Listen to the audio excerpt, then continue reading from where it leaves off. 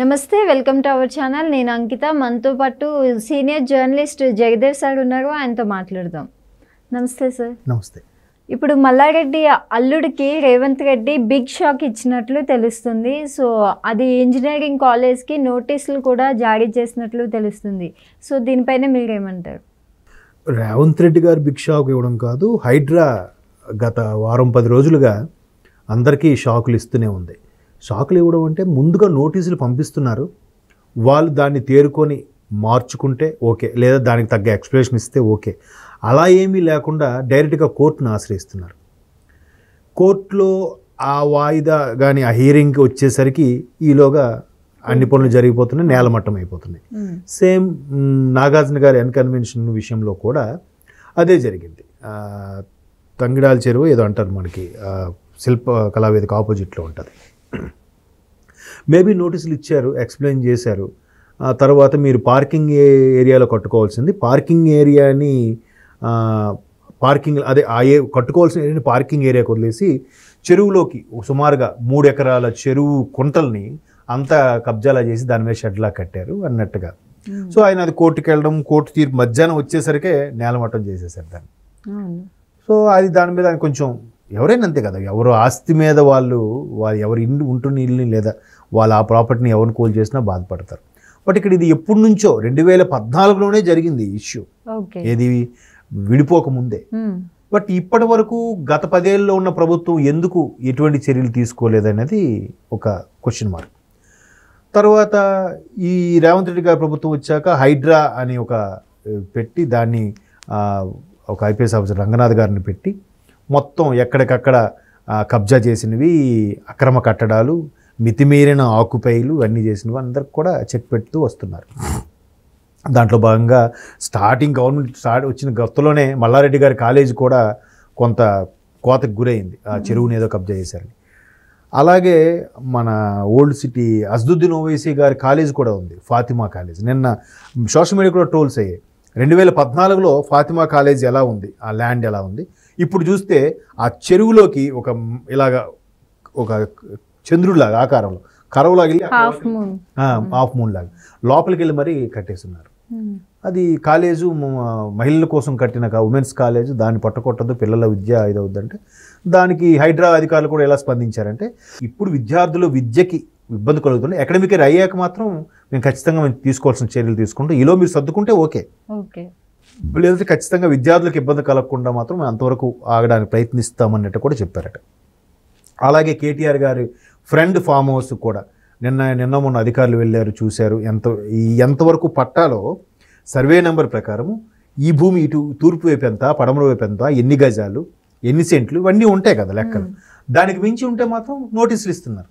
So అదేవిధంగా ఇప్పుడు మల్లారెడ్డి గారి అల్లుడు మన రాజశేఖర రెడ్డి గారి తాలకు సంబంధించిన దుండిగల్లో ఉండే కాలేజు, ఆయన తమ్ముడికి సంబంధించిన కాలేజీలు ఏవైతే ఉన్నాయో అవి అక్కడ చెరువుని ఆక్యుపై చేసి కట్టిన నేపథ్యంలో అక్కడ కూడా నోటీసులు ఇచ్చారు. సార్ ఇక్కడ చూస్తే నోటీసులు ఇచ్చినా కూడా ఇక్కడ టైం ఇవ్వట్లేదు కదా సార్, వాళ్ళకి ఎక్స్ప్లెయిన్ చేసుకునే టైం ఎందుకంటారు? మీరు మంచి క్వశ్చన్ ఇది. నోటీసులు ఇచ్చాక ఎక్స్ప్లెనేషన్ అంటే ఇవ్వాలి, చెప్పాలి, లేదా గడువు అడగాలి. ఫస్ట్ థింగ్ వాళ్ళు నోటీసులు ఇచ్చాక ఫస్ట్ మాకు అందలేదంటారు, తర్వాత అంటే ఇదొక వెర్షన్. ఇంకొంతమంది మీరు ఇచ్చి మాకు కొంత టైం ఇస్తే మేము ఆ టైంలో మేము ఇది ఖాళీ చేస్తామని చెప్తాం, అదొకటి. మూడవది, మేము మా పట్టా ఉంది, మా పేరు మీద ఉంది, మేము అనుకున్న పరిధిలోనే కట్టాం, మీకు ఎవరు చెప్పారు, మీరు కావాలంటే ఏదో చేసుకుని నేను కోర్టులో తేల్చుకుందాం అంటారు. మూడవది, ఏది వాస్తవం, ఎవరి వెర్షన్ వాళ్ళు చెప్తారు. ఇప్పుడు నాగార్జున గారి విషయంలో కూడా నేను నా దగ్గర పట్టా ఉంది, దాని ప్రకారమే కట్టాను, మీరు ఎలా కూల్చేస్తారు అని ప్రశ్నించాడు ఆయన. సో కోర్టుకి వెళ్ళాడు ఆయన.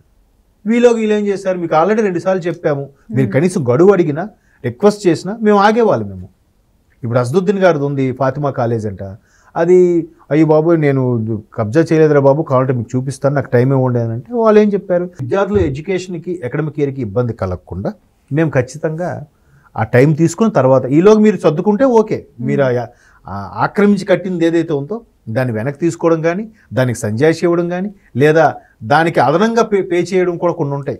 కొన్ని ఆప్షన్స్లో ఇది మేము చెరువు కబ్జా చేసాము, దానికి మేము పెనాల్టీగా కడుతున్నాం, మేము చేస్తున్న తప్పు కరెక్టే, మేము దానికి ఎంత చెల్లిస్తాం అని కూడా చేసుకోవచ్చు. ఇవన్నీ కాకుండా కొంతమంది మేము చెప్పాం కదా వీళ్ళు చెప్పినా వినలేదు అనే దాని మీద కూడా కొన్ని వెర్షన్లు ఉంటాయి.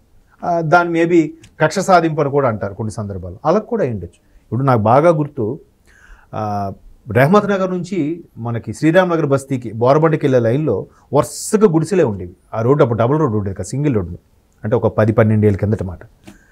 వాళ్ళకి చాలాసార్లు నోటీసులు ఇచ్చారు వాళ్ళు, గవర్నమెంట్ వాళ్ళు, మున్సిపాలిటీ, మీరు ఇట్లా కన్నా రోడ్డు కంజెస్ట్ అయిపోతుంది, ట్రాఫిక్ అయిపోతుంది అని నోటీసులు ఇచ్చినా మాకేం రాలేదు, అందలేదు. సరే అని చెప్పి ఇంకొన్ని రోజులకి ఏం చేశారంటే, మీకు ఎలా కాదమ్మా పలానా దగ్గర గవర్నమెంట్ అప్పుడు రాజీవ్ గృహ కల్పే ఉండేవి రాజశేఖర రెడ్డి గారి టైంలో, సో అక్కడ కల్పిస్తూ ఉంటే వీళ్ళు ఏం చేశారు, అక్కడ వెళ్ళి 2 రోజులు ఉండి అవి అద్దెకి ఇచ్చేసి మళ్ళీ వచ్చి ఇక్కడే వన్ ఫైన్ డే మున్సిపల్ వాళ్ళు ఏం చేశారు, ప్రొక్లైనర్లు తెచ్చి మర్యాదగా ఇంట్లో నుంచి బయటకు వెళ్ళిపోండి అని చెప్పారు. కదలలేదు. రేపు మొత్తం సర్దుకోండి, రేపే వస్తున్నాం. నెక్స్ట్ డే వచ్చి ప్రొక్లైనర్తో ఒక్కొక్కడు కూడా ఇంక రోడ్డు మీద పడిపోయి ఒక్కొక్కరు గుండెలు బాదుకొని ఏడుపు. మరి మీకు ఇచ్చిన ఇల్లు ఏం చేశారయ్యా అంటే అక్కడ అద్దెకి ఇచ్చారంట. ఎంతవరకు కరెక్ట్ చెప్పండి? ఎవరి వెర్షన్ కరెక్ట్ అంటాం? అంటే ఒక వెర్షన్లు ఎలా మాట్లాడే వాళ్ళు ఉన్నారు, ఒక వెర్షన్లు అలా మాట్లాడేవాళ్ళు. కొన్నిసార్లు గవర్నమెంట్ కూడా కక్ష సాధింపులు చర్యలు తీసుకుందన్న వార్తలు కూడా కొన్ని ఉన్నాయి, లేకపోలేదు. ఈ ఒక్కొక్క వెర్షన్ ఒక్కొక్కలాగా ఉంటుంది. ఎవరిది వాస్తవం అనేది పూర్తి స్థాయిలో వాళ్ళు కోర్టుకి వెళ్ళి ఆ పట్టా క్లియర్గా మాకు భూమి ఇంతవరకు రాసి ఇచ్చారు, దీంట్లో కూడా చెరువులో 10 అడుగుల వరకు మాకు ఆ కాంపౌండ్ వాళ్ళు కట్టుకోవడానికి అవకాశం ఉంది అని ఉంటే ఓకే. అలాగే జనరల్గా చెరువుల్లోకి వెళ్ళి కట్టుకోవాలని ఎవరు ఆప్షన్ ఇవ్వరు. ఇప్పుడు ఈవెన్ కేసీఆర్ గారు ఉన్నప్పుడు కూడా 111 జీవో తీసుకొచ్చారు, చెరువులు వీటికి కబ్జా కాకుండా ఉండడం కోసం. లాస్ట్ మినిట్లో మళ్ళీ ఆయన ఆ జీవో కూడా తీసేశారు. ఎందుకు తీసేశారు? సంథింగ్ గండిపేట చెరువుకు సంబంధించిన ఏవో వాళ్ళకి తెలిసిన వాళ్ళకి కేటాయించాలనే ఉద్దేశంతోనే ఈ విధంగా కేసీఆర్ గారు ఈ జీవో రద్దు చేశారు అనే విమర్శలు కూడా ఉన్నాయి. దాంట్లో వాస్తవం ఎంత ఉందో మనకు తెలియదు. ఇట్లా ప్రభుత్వం కూడా రకరకాలుగా జరుగుతూ ఉంటాయి. దాన్ని కూడా మనం పూర్తి స్థాయిలో వీళ్ళదే న్యాయం వాళ్ళదే అన్యాయం అని చెప్పడానికి వీల్లేదు. సో ఏదే ఇప్పుడు నాగార్జున గారిదే చేసి, నాగార్జున గారు జనరల్గా ఆయనకి ప్రభుత్వంతో పని లేదు, ఏ ప్రభుత్వంతో ఉన్నా చక్కగా సఖ్యంగా ఉంటాడు, ఎవరితోనైనా మంచి రిలేషన్ మెయింటైన్ చేసుకుంటూ ఆయన పని దాన్ని చేసుకుంటుంటాడు. సో అలాంటి నాగార్జున గారిది ఎందుకు కోల్ చేశారంటే 2014లోనే నిన్న రఘునందన్ గారు ఒక స్టేట్మెంట్ ఇచ్చారు, మన ఎంపీ రఘునందన్ గారు. ఇది 14లోనే హైకోర్టు స్టే ఇస్తే ఈ 10 ఏళ్ళు ఏం చేసింది గవర్నమెంట్? 10 ఏళ్ళు బీఆర్ఎస్ ప్రభుత్వం ఎందుకు చర్యలు తీసుకోలేదు? సరే ఇప్పటికైనా రేవంత్ రెడ్డి చర్యలు తీసుకుంటే దానికి సపోర్ట్ చేయకపోతే రివర్స్లో రేవంత్ రెడ్డి గారి ప్రభుత్వం మీద ఇలా చేయడం ఎంతవరకు కరెక్ట్ అన్నట్టు కూడా ఆయన ఓపెన్గా మాట్లాడాడు. మేబీ ఆయన లెక్కల ప్రకారం చూస్తే ఆయన ఆధారాలతో కూడా చూపిస్తున్నాడుగా. ఆయన పైగా మంచి గ్రేట్ లాయర్ ఆయన రఘునందన్ గారు, పైగా మంచి స్పోక్స్ మ్యాన్, ఎంత బాగా మాట్లాడతారు, గ్యాప్ ఇవ్వకుండా పొల్లు పోకుండా అచ్చు తప్పులు లేకుండా చక్కగా మాట్లాడతారు. మరి అలాంటి లాయర్ చెప్పిన మాటలు నమ్మాలా? ఆ లెక్కను చూస్తే నాగార్జున గారు చేసిన తప్పేనా? తెలియదు మనకి. ఆగితే స్టే ఇచ్చారు, పైకోర్టుకి వెళ్తామంటున్నారు.